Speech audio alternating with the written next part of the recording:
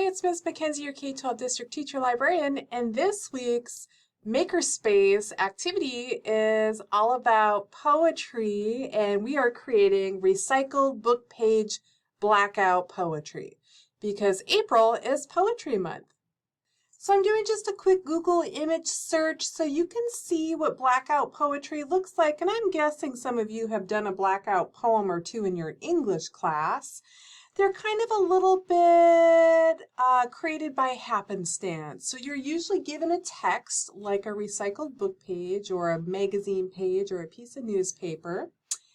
And then you are pulling, it's almost like a found poem. You're skimming and pulling words and phrases that grab your attention.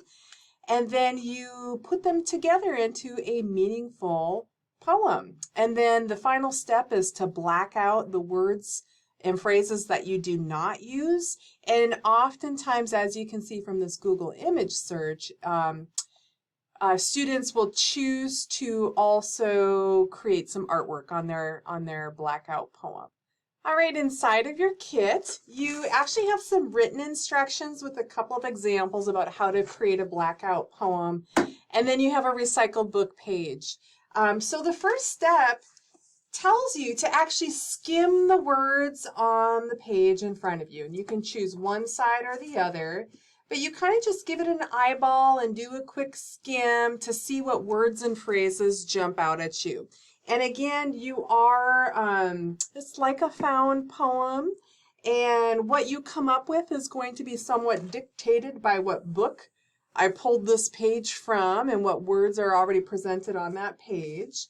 But I went ahead and gave the page a skim, and I chose page 112 versus this other backside page was talking all about eating, and so I wanted to skip that page. Came over here, gave it a skim, and then step 2 on your instruction says on a piece of paper, you're going to start writing down those words or phrases that grab your attention, and consider this kind of like a draft. So I started already pulling words and phrases. So I wrote down enough. Very top line was enough and time enough. So I thought that is an interesting word. Time was an interesting word. Here's a whole entire phrase, all about the other things. And that was right here, all about the other things. Few pieces of currency left came from right here. Few pieces of currency left. So you get what we mean by that second step. You're skimming and kind of doing your first rough drafts by just pulling ideas and phrases and putting them down on your sheet of paper. So I'm going to finish up with that and get right back to you. All right, and I'm back. So I skimmed my whole entire page. I wrote down words and phrases that were just interesting to me and jumped out at me.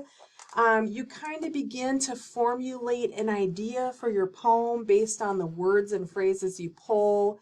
This actual passage from the book is about a young girl. It sounds like she's from a family with not a lot of money, and she was just taken out for a fabulous meal. And now her parents, it looks like they're getting her a coat, which is a big deal again because she comes from a family without a lot of money. And so that's what the original passage was about. The specific words and phrases that I chose were enough. They began to walk along the noisy street. Mom paused, asking a question. Janie hadn't tried to overhear. In a special, knowing sort of way, high hope, no doubt, they had arrived. So the next step is to, once you've kind of done your draft, you go through and actually circle or block out those words and phrases that you want to keep, and you can make adjustments and edit as you go. So let me do that, and then I'll check back. All right, and I'm finished, and this is what my poem ended up looking like. So if I read it out loud, it says, enough. They began to walk the noisy street.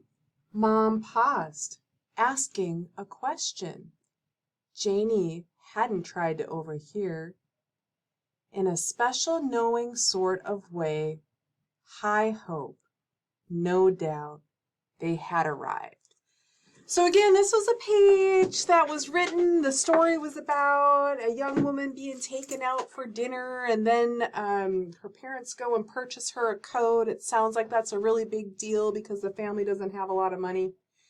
So then I chose to create a poem, and again, this is a blackout poem, a found poem. It's kind of based on happenstance. Whatever words you happen to have on the page, you get to use at your discretion to create something anew. And again, I did my little draft. The words and phrases that I pulled out, I went back and thought, you know what, they were all kind of centered around hope.